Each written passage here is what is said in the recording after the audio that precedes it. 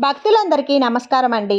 దేవి అనుగ్రహం ఛానల్‌కి స్వాగతం. ఈరోజు పాల్గొన మాసపు గురువారం, పైగా షష్ఠి. ఇలాంటి పవిత్రమైనటువంటి రోజున పరమ పవిత్రమైనటువంటి ఈ కథలన్నింటినీ కూడా ఉగాదిలోపు విన్నవారికి స్వామివారి అనుగ్రహం లభిస్తుంది. పూర్వం చంద్రవంశంలో నందుడు అనే రాజు ప్రసిద్ధుడైన ప్రజారంజకంగా పాలిస్తూ ఉండాడు. అతనికి ధర్మగుప్తుడు అనే పుత్రుడు కలిగాడు. కొంతకాలానికి అతనికి రాజ్యాన్ని ఇచ్చి నందుడు తపోవనానికి వెళ్ళాడు. ధర్మగుప్తుడు కూడా సార్థకం నామధేయుడై ప్రజలను ధర్మయుక్తంగా పాలిస్తూ తండ్రిని మించిన తనయుడై వర్ధిల్లాడు. ఒకనాడు ధర్మగుప్తుడు వేటకు వెళ్ళి అడవిలో తిరుగుతూ ఉండగా చీకటి పడింది. ఆ రాత్రివేళ ఒక సింహం కనపడి దానిచే తరమబడినాడు. ప్రాణభయం చేత ధర్మగుప్తుడు పరిగెత్తుకుంటూ ఒక చెట్టుపైకి ఎక్కి కూర్చున్నాడు. అయితే ఆ చెట్టు పైన అంతకు ముందే ఒక ఎలుగుబంటి ఉండింది. దానిని చూసేటప్పటికి రాజుగారి గుండె గుబేలుమంది. అతని పరిస్థితి ముందు నొయ్యి వెనక గొయ్యివలే భీతావహనమై ఉన్నాడు. ఇంతలో ఒక బల్లుకము మానవ భాషలో, రాజా, భయపడవద్దు. రాత్రికి ఈ చెట్టుపైనే మనిద్దరం విశ్రాంతి తీసుకుందాం. నీకు నా వల్ల ఎలాంటి హాని కలగదు కనుక ఎలాంటి ఆందోళన లేకుండా ముందుగా అలసి ఉన్న నీవు నిశ్చింతగా నిద్రపో. చెట్టు కింద ఉన్న సింహం బారి నుండి నిన్ను కంటికి రెప్పలా కాపాడుతాను. ఆ తర్వాత నేను నిద్రపోతాను. నన్ను నీవు రక్షించవలసింది అని పలికింది. ధర్మగుప్తుడు నిశ్చింతంగా నిద్రపోయాడు. చెట్టు కింద కాచుకొని ఉన్న సింహం ఎలుగుబంటుతో రాజును తనకు ఆహారంగా కిందకి పడద్రోయవలసిందిగా కోరింది. కానీ ఎలుగు, నేను ఇతనికి అభయమిచ్చి ఉన్నాను. అతడు నన్ను పూర్తిగా నమ్మి ఉన్నాడు. నమ్మిన వారికి ద్రోహం చెయ్యరాదు, ద్రోహం తలపెట్టరాదు. అలాంటి వారికి నిష్కృతి లేదు. అందువల్ల నేను నీ దురాశను వదిలి వెళ్ళిపోవాల్సింది అని పలికింది. ఇంతలో రాజు మేల్కొన్నాడు. తర్వాత ఎలుకబంటి నిద్రకు ఉపక్రమించింది. రాజు దానిని కాపాడుతూ ఉన్నాడు. యథాప్రకారంగా సింహం రాజుతో మాట్లాడుతూ ఆ ఎలుకబంటిని నాకు ఆహారంగా పడద్రోయవలసింది అని అడిగింది. ఆ మాటకు రాజు ముందు వెనక ఆలోచించకుండా నమ్మక ద్రోహంతో ఆ నిద్రలో ఉన్న ఎలుకను చెట్టు నుంచి త్రోసివేశాడు. ఇంతలో మేల్కొన్న బల్లూకం జారిపడకుండా గబూలన అనే ఒక కమ్మను పట్టుకొని పైకి వచ్చింది. కోపంతో, నమ్మక ద్రోహి, నిన్ను రక్షించిన పాపానికి నన్ను పడద్రోసినావు. నీలాంటి కృతజ్ఞుడు తప్పక శిక్షింపవలసిందే. అందువల్ల నీవు మతిభ్రవించి పిచ్చివాడివై తిరగవలసింది అని శపించింది. పిచ్చివాడై ఏదేదో వదరుతూ తిరుగుతూ ఉన్న ధర్మగుప్తుణ్ణి అతని మంత్రులు చూశారు. వారు ఆ పిచ్చిరాజును అడవిలో రేవా నదీ తీరంలో తపస్సు చేసుకుంటున్న అతని తండ్రి నందుని దగ్గరకు తీసుకుని వెళ్ళాడు. ఆ నందరాజు కుమారుణ్ణి వింతధ్వని విని బాధపడుతూ జైమిని మహర్షి దగ్గరకు తీసుకుని వెళ్ళి పిచ్చి తొలగే ఉపాయాన్ని తెలుపవలసిందిగా ప్రాధేయపడ్డారు. ఆ తర్వాత జమిని మహర్షి దివ్య దృష్టితో పరికరించి చేసిన మేలు మరవడమే కాక మీది మిక్కిలి నమ్మక ద్రోహం చేసిన ఫలితంగా శాపగ్రస్తుడు అయ్యాడు అని చెబుతూ ఇంకా ఇలా అన్నాడు. పరమ పావని అయిన సువర్ణముఖి నదీ తీరంలో సర్వపాపహరమైన విచిత్రమైన వెంకటాచలమనే క్షేత్రం ఉంది. ఆ దివ్య క్షేత్రంలో స్వామి పుష్కరిణి అనే తీర్థం ఉంది. అది పవిత్రమైన వాటిలో అతి పవిత్రమైనది, మంగళప్రదమైనది. తీర్థాల్లో అత్యంత మంగళప్రదమైనది. ఆ పుష్కరిణి వేదాలలో సుప్రసిద్ధంగా పేర్కొనబడింది. ఆ పుణ్యతీర్థం బ్రహ్మహత్యది దోషాలను పోగొడుతుంది. నీ పుత్రుణ్ణి వెంకటాచలానికి తీసుకుని వెళ్ళు. అక్కడ స్వామి పుష్కరిణిలో స్నానం చేయించు. వెంటనే మతిభ్రమణం తొలగుతుంది. పిచ్చి కుదిరి మళ్ళీ మామూలు మనిషి అవుతాడు. జైమిని మహర్షి ఆదేశం మేరకు నందమహారాజు తన పుత్రుడైన ధర్మగుప్తుణ్ణి స్వామి పుష్కరిణిలో స్నానం చేయించగానే స్వస్థుడు అయ్యాడు. పిదప వారు శ్రీ వెంకటేశ్వర స్వామి వారిని సేవించి కృతార్థులు అయ్యారు. ధర్మగుప్తుడు శ్రీ స్వామివారి అపాకరుణకు, స్వామి పుష్కరిణి మహత్యానికి ఆశ్చర్యపడి ఆనందంతో భక్తి ప్రవత్తులతో అనేక విధ రకాలైన అన్నదాన, ధన దాన, గోదాన, భూదానాదులు నిర్వహించి తిరిగి రాజ్యం చేరుకున్నారు. ధర్మగుప్తుని గాథను విన్నవారికి బ్రహ్మహత్య దోషం వల్ల కలిగిన పాపం నశిస్తుంది. అనగనగా పూర్వకాలంబున ఒక బ్రాహ్మణుడు కలడు. అతని పేరు నాగంభట్టు. ఆయనకొక పుత్రుడు, ఒక పుత్రిక కలరు. పుత్రుని పేరు నారాయణ భట్టు, పుత్రిక పేరు నారాయణమ్మ. వారు చాలా బీదవారు. భిక్షాటన చేసి కుటుంబ పోషణ చేసుకునేవారట. అలా కొన్నాళ్ళు అయ్యేసరికి నాగంభట్టు కాశీకి వెళ్ళి ధనము సంపాదించుకోవాల్సిందిగా ఆయనకి బుద్ధి పుట్టిందట. భార్యతో చెప్పి తెల్లవారుజామున లేచి కాశీకి ప్రయాణమై అలా వెళ్ళగా కొంత దూరం వెళ్ళేసరికి దారిలో సూతుల వారు, వ్యాసుల వారు, నారదుల వారు ప్రత్యక్షమయ్యారు. ఓ బ్రాహ్మణుడా, ఎక్కడికి వెళ్తున్నావు అని అడిగారు. అయ్యా, నేను కాశీకి ధనం సంపాదించుకోవడానికి వెళ్తున్నాను అని చెప్పాడు. అప్పుడు వారు, వెర్రి బ్రాహ్మణుడా, కాశీకి వెళితే నీకు ధనం ఎవరైనా మూట కట్టిస్తారా? కాశీకి వెళితే గంగా స్నానం దొరుకుతుంది, విశ్వేశ్వరుల దర్శనం దొరుకుతుంది, అన్నపూర్ణాదేవి దర్శనం దొరుకుతుంది. మేం ఒక కథ చెబుతాం, వింటావా అని అడిగారు. మీరు ఏ దేవుని కథ వివరిస్తున్నారో చెప్పండి స్వామి అని వేడుకున్నాడు. పూర్వకాలమున కోసల రాజ్యము కలదు. ఆ రాజ్యము పాలించే దశరథ మహారాజు కలడు. ఆయన పిల్లల కోసం పుత్రకామేష్టి యాగం చేశారు. అలా యాగం చేసిన పిదప దేవతలు ప్రత్యక్షమై పాయస పాత్ర ఇచ్చారు. అది పట్టుకు వెళ్ళి తన భార్యలకు కౌసల్య, సుమిత్ర, కైకేయి అను 3 భార్యలకు ఇచ్చాడు. వారు 3 భుజించగానే గర్భవతులయ్యారు. నవమాసములు నిండగానే చైత్రశుద్ధ నవమి నాడు పునర్వసు నక్షత్రమున శ్రీరామ, లక్ష్మణ, భరత, శత్రుఘ్నులు అను 4 కుమారులు జన్మించారు. వారు దినదిన ప్రవర్ధమానులై బాలచంద్రుని వలె పెరుగుతున్నారు.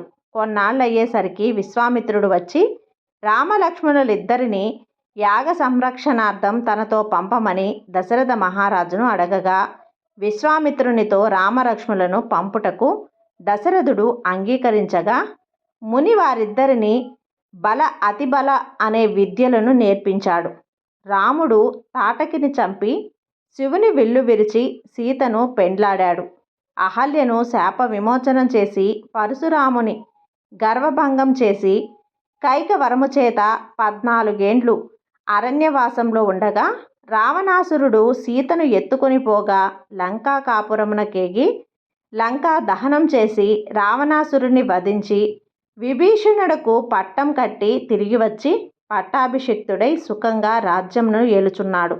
ఇది రామదేవుని కథగా చెప్పి 5 లక్ష్మీవారములు పూజ చేసి ఆవు నేతితో దీపం పెట్టి ఆవు దీపాలు గోధుమ రవ్వ, పంచదార కలిపి 5 ఉండలుగా ప్రసాదం చేసి రామదేవునకు నైవేద్యం పెట్టవలను.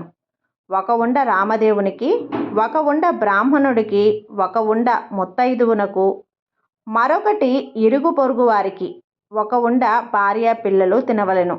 ఈ విధంగా 5 లక్ష్మీవారములు పూజ చేయవలెను. నిత్యం రామదేవుని కథ చెప్పుకున్న అష్ట ఐశ్వర్యంతో ఇష్ట సంపదలతో తొలతూగుదువు. అలాగగున కొంతకాలం అయ్యేసరికి ఇదివరకే కాశీకి వెళ్ళాలనుకున్నాడు, కానీ వెళ్ళలేదు. అప్పుడు వెళదామనుకున్న కొంచెం ధనం మూట కట్టుకొని కాశీ కావడి భుజం మీద వేసుకొని కుమారుణ్ణి, కుమార్తెను పిలిచి, అబ్బాయి, అమ్మాయి, మీరు కథ విడవకుండా శ్రద్ధగా చెప్పుకుంటూ ఉండమని నారాయణమ్మతోనూ నారాయణ భట్టుతోనూ చెప్పి కాశీకి ప్రయాణమై వెళ్ళిపోయాడు. ఆ మరునాడు కుమారుడు ఆ యావరణకు వెళ్ళి వచ్చి, అమ్మా, రామదేవుని కథ చెబుతాను, విందువుగాని రామ్మ అని పిలిచాడు. నాయనా, వంటవేళ, పొద్దుపోయే దాసి, పాచి పనికి వచ్చే వేళయింది. ఇప్పుడు కథ వినను, మళ్ళీ మధ్యాహ్నం కథ చెబుతాను, విందువు కాని రామ్మ అన్నాడు. ఇప్పుడు ఆమె కథ నాయనా, పడకవేళ, నిద్రవేళ, ఇప్పుడు వినను అనింది. రామదేవునికి కోపం వచ్చి ఎలా వచ్చిన ఐశ్వర్యములు అలాగనే వెళ్ళిపోగా బిందెలు, చెంబులు, గిన్నెలు అన్నీ దొరలి ఇరుగు పొరుగు వారి ఇండ్లకు వెళ్ళిపోయాయి. పూర్వం నుంచి ముష్టి ఎత్తుకునే విల్లు, రాగి చెంబు కూడా దొల్లి వెళ్ళిపోయింది. అప్పుడు నారాయణమ్మ చూసి, అమ్మా, దాన్నైనా ఉంచమని అడగవే అమ్మా అని చెప్పగా ఆమె, అదైనా ఉంచు రామదేవుడా తండ్రి అని వేడుకోగా ఆ చెంబు తప్ప మిగతావన్నీ అలా వెళ్ళిపోయాయి. వారి గూటిలో ఉన్న వెండి కంచం కూడా దొర్లిపోవచ్చు ఉండగా అప్పుడు ఆమె కంచము అంచు పట్టుకొని ఇలా లాగింది. సగం అంచు వారికి, సగం అంచు పొరుగు వారికి వెళ్ళిపోయింది. మరుసటి ఉదయాన ఆమె వారింటికి నిప్పు కోసం వెళ్ళి, వారింటిలో ఉన్న కంచము అంచు మాదే అన్నది. మీ కంచము అంచు మా ఇంటికి ఎలా వచ్చిందమ్మా? మేము మీ ఇంటికి వచ్చామా? మీరు మా ఇంటికి వచ్చారా? కాబట్టి ఆ కంచం మాదే అన్నారట. అలా కాదు, మా ఇంటిలో కూడా కంచం ఉన్నది, పట్టుకొని వస్తా అని చెప్పి రెండు దగ్గర పెట్టి చూడగా రెండు అతుక్కుపోయాయి. మాదని వారు పుచ్చుకున్నారట. సిగ్గుపడి లజ్జపడి ఇంటికి వచ్చిన అప్పుడు కుమారుడు చూసి, ఏమమ్మా అని అడగగా, మాదే అని వారే పుచ్చుకున్నారు అని చెప్పింది. అప్పుడు కుమారుడు, ఇప్పుడు రామదేవుని కథ చెబుతాను, వింటావా అమ్మా అని అడిగాడు. నేను కథ వినను, కార్యము వినను, ఏ పని పాటో చేసుకుని బ్రతుకుతా కానీ రామదేవుని కథ మాత్రం విననన్నది. ఎలా వచ్చిన ఐశ్వర్యము అలాగే వెళ్ళిపోయింది. నీ చెల్లెల్ని మాత్రం తీసుకొని ఇక్కడి నుంచి వెళ్ళి ఎవరికైనా ఇచ్చి పెండ్లి చేయమని చెప్పింది. ఆమె ఆజ్ఞ ప్రకారము నారాయణ భట్టు ప్రయాణమయ్యాడు. వారు ఊరు చివరికి వెళ్ళేసరికి కాశీకి వెళ్ళిన నాగంభట్టు తిరుగు ప్రయాణం ధనం మూటగట్టుకుని వస్తున్నాడట. కొంత దూరం వచ్చేసరికి ఆయన ఊరు చివరకు వచ్చాడు. అక్కడ కోనేరు కనిపించింది. ఆ కోనేటిలో కాళ్ళు కడుగుతూ ఉండగా ఎక్కడి నుంచో ఒక పెద్ద గరుడ పక్షి వచ్చి ఆ డబ్బు మూటను ఎత్తుకుపోయింది. అయ్యో అని నాగంభట్టు విచారిస్తూ ఇంటికి వస్తూ ఉండగా కొంత దూరం వచ్చేసరికి నారాయణమ్మను నారాయణ భట్టును చూసి, అబ్బాయి, అమ్మాయి, మీరు సుఖంగా ఉన్నారా అని అడిగాడు. ఏమున్నది నాన్నగారు, యథాప్రకారం ఏమీ లోటు లేదు. మీరు వెళ్ళింది మొదలు కథ చెబుతాను వినమంటే అమ్మ వినలేదు. కాబట్టి రామదేవునికి కోపం వచ్చి ఎలా వచ్చిన ఐశ్వర్యం అలాగే వెళ్ళిపోయింది అని జరిగిందంతా తండ్రికి చెప్పాడు. ఆమె ఆజ్ఞ ప్రకారం వెంటబెట్టుకుని వస్తున్నాను. మీ ఆజ్ఞ ఏమిటి నాన్నగారు? సరే, అలాగే చెప్పమని చెప్పి నాగంభట్టు విచారిస్తూ ఇంటికి వెళ్ళాడు. నారాయణ భట్టు నారాయణమ్మను వెంటనే పెట్టుకొని వెళ్తూ ఉండగా వెళ్ళగా కొంత దూరం వెళ్ళేసరికి నారాయణ భట్టుకు ఒక బ్రాహ్మణుడు కనిపించాడు. ఓ బ్రాహ్మణుడా, నీకు నా చెల్లెల్నిచ్చి పెళ్లి చేస్తాను, చేసుకుంటావా అని అడిగాడు.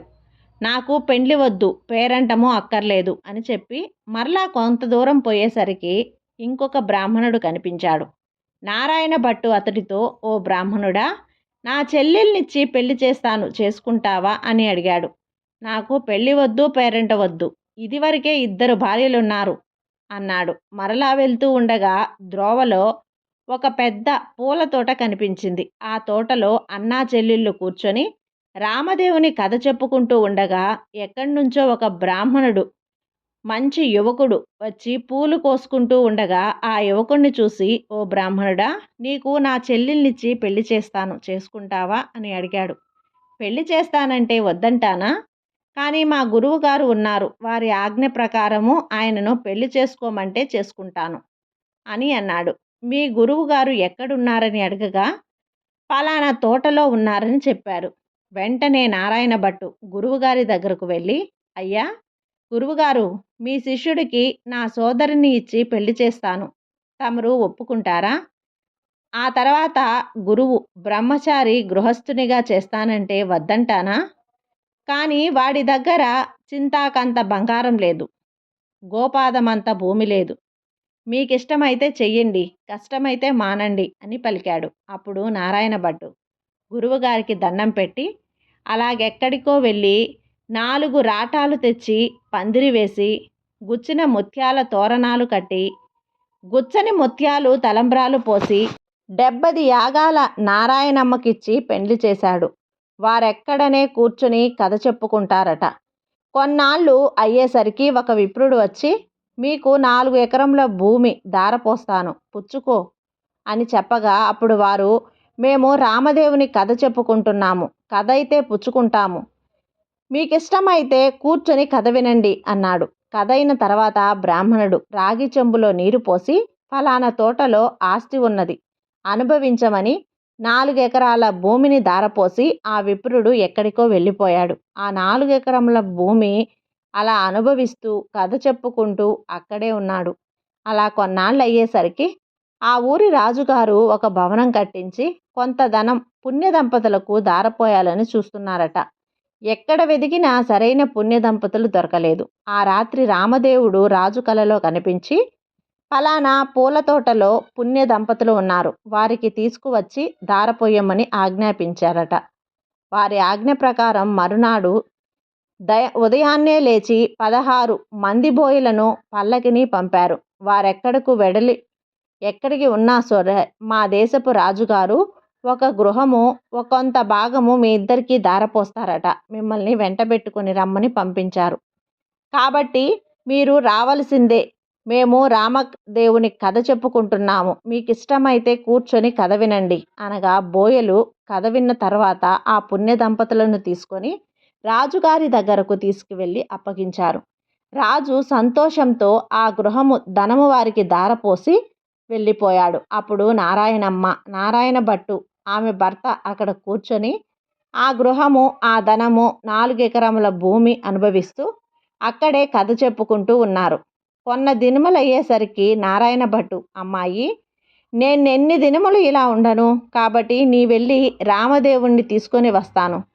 నీవు నీ భర్త కథని మానకుండా చెప్పుకోండి అని చెప్పి నారాయణ భట్టు ప్రయాణమయ్యి వెంటనే అక్కడి నుంచి నారాయణమ్మ ఆమె భర్త కథ చెప్పుకుంటూ ఉన్నారు. నారాయణ భట్టు కొంత దూరం వెళ్ళగా ఒక గ్రామం వచ్చింది. ఆ గ్రామంలో ఒక గొల్లవాడు వడ్లెండ పోసుకుంటూ కాపలా కూర్చున్నాడు. ఆ గొల్లవాడిని చూసి, గొల్లా, ఈ గ్రామంలో విశేషాలేమిటి అని అడిగాడు. ఏమున్నది బాబు, నేను పుట్టకపోతోనే అందుడను. మా వాళ్ళు వడ్లు ఎండబోసి నన్ను కాపలా కూర్చోమన్నారు. కర్ర పుచ్చుకొని కూర్చున్నాను.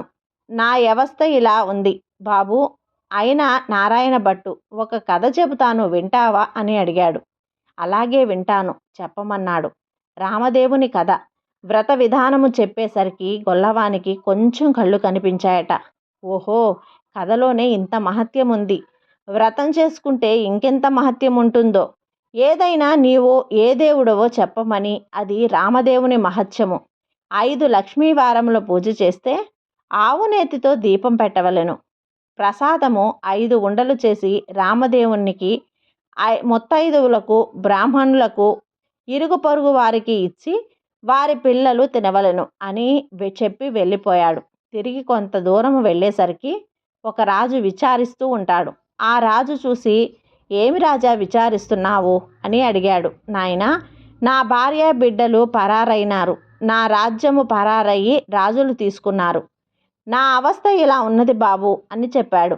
నేనొక కథ చెబుతాను, వింటావా అన్నాడు. అలాగే వింటాను, చెప్పవలసిందిగా మహానుభావ అని కోరాడు. నారాయణ భట్టు రామదేవుని కథ అంతా చెప్పి వ్రత విధానం అంతా వివరించాడు. ఆ రాజుగారి వ్రతం చేసుకోగా పరారైన భార్యాబిడ్డలు, పరాయి రాజు తీసుకున్న రాజ్యము తిరిగి ప్రాప్తం చెందుతుంది. అప్పుడు రాజు, ఏ దేవుడు చెప్పవలసింది, మిమ్మల్ని పూజ చేసుకుంటాము. నేను ఏ లక్ష్మీ వారములో 5 వారముల పూజ చేయమని చెప్పి ఆ విధమంతా చెప్పి మరలా కొంత దూరం వెళ్ళగా ఓ స్త్రీ విచారిస్తూ కూర్చున్నది.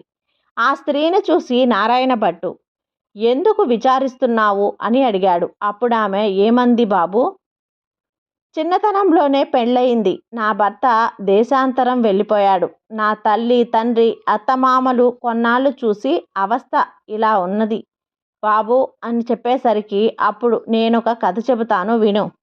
వింటావా అనగానే, అలాగే వింటాను బాబు, చెప్పమన్నది. నారాయణ భట్టు రామదేవుని కథంతా చెప్పి వ్రత విధానం అంతా చెప్పేసరికి దేశాంతరము వెడలి వెళ్ళిన ఆమె భర్త తిరిగి వచ్చాడు. తల్లి, తండ్రి, అత్తమామలు వచ్చారు. ఆమె సంతోషించి నారాయణ భట్టును చూసి, ఏమండి మహానుభావ, మీరు ఏ దైవానివో మిమ్మల్ని మేము పూజించుకుంటాము చెప్పమని అడిగారు. ఇదంతా రామదేవుని కథ మహత్యము.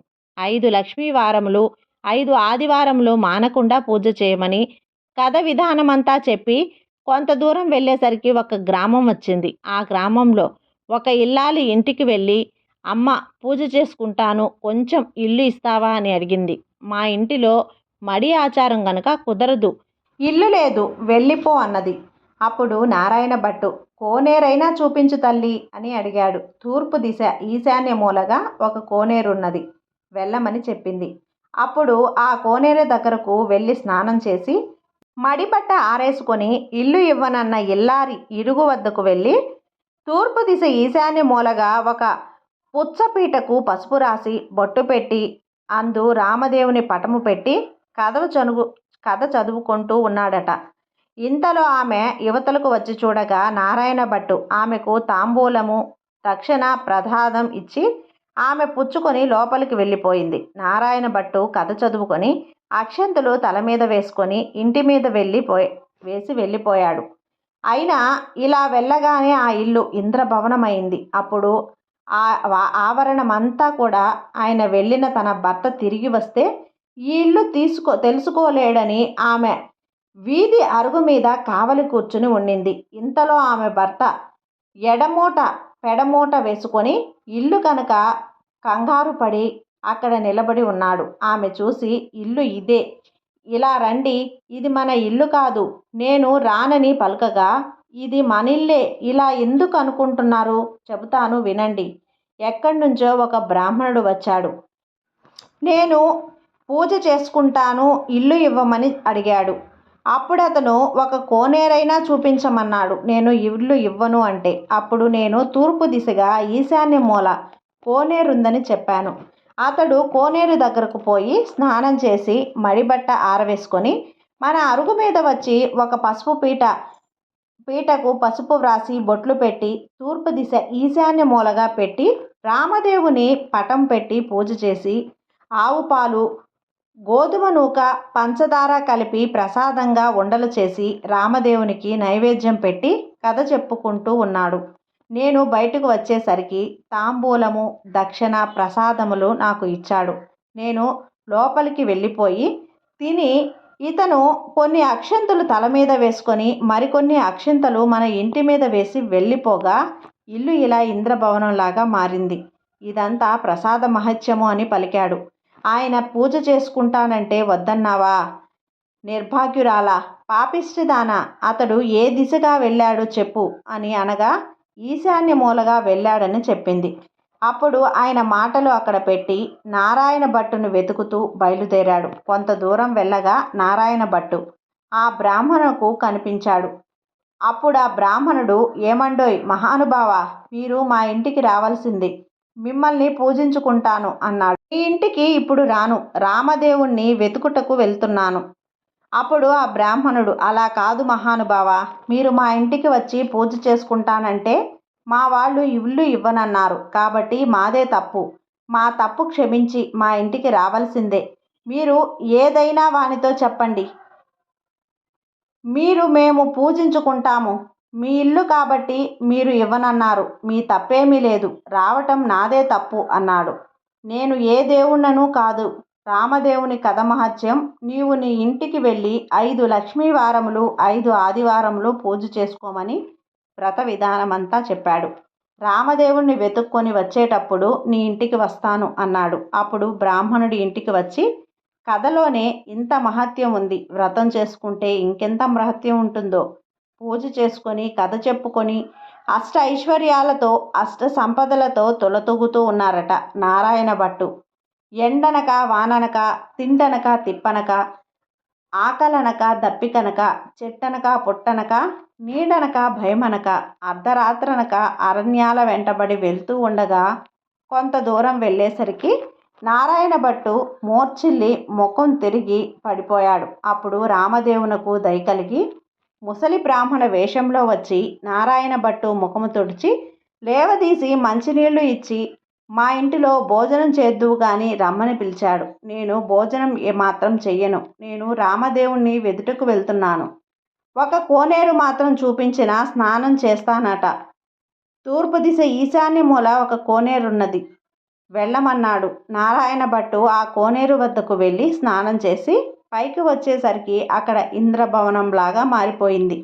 లోపలకు వచ్చేసరికి సీతమ్మ వారు అక్కడ వెండి కంచాలు వెండి పీటలు పైకి కంచాలు కనిపించినవి. అప్పుడు నారాయణ భట్టుకు రామదేవుడు సీతమ్మ ఎదురయ్యి మా ఇంటిలో భోజనం చేద్దురు కానీ రమ్మన్నారు, నేను భోజనం మాత్రం చెయ్యను అని చెప్పి రామదేవుణ్ణి వెతుటకు వెళ్తున్నాను, నేను రామదేవుణ్ణి అని చెప్పాడు. అంతే. కావచ్చు మహానుభావ, నాకు దర్శనం కావాలి అని చక్కగా చెప్పగా అప్పుడు పులిచర్మంతో, రుద్రాక్షలతో, విభూది రేఖలతో, నడుమున నాగాభరణముతో, శిరసున గంగతో, పక్కన పార్వతీదేవితో, త్రిశూలం, త్రినేత్రంతో నందివాహనుడై ఈశ్వరుడు ప్రత్యక్షమైనాడు. అప్పుడు నారాయణ భట్టు వారిని స్తోత్రం చేశాడు. ఈ విధంగా రామదేవుని యొక్క అనుగ్రహాన్ని పొందాడు. ఈ కథ అంతా కూడా మీకు నచ్చినట్లయితే లైక్ చేసి సబ్స్క్రైబ్ చేయండి ఫ్రెండ్స్. మరికొంతమంది భక్తులకు షేర్ చేయండి. సర్వే జన సుఖినో భవంతు.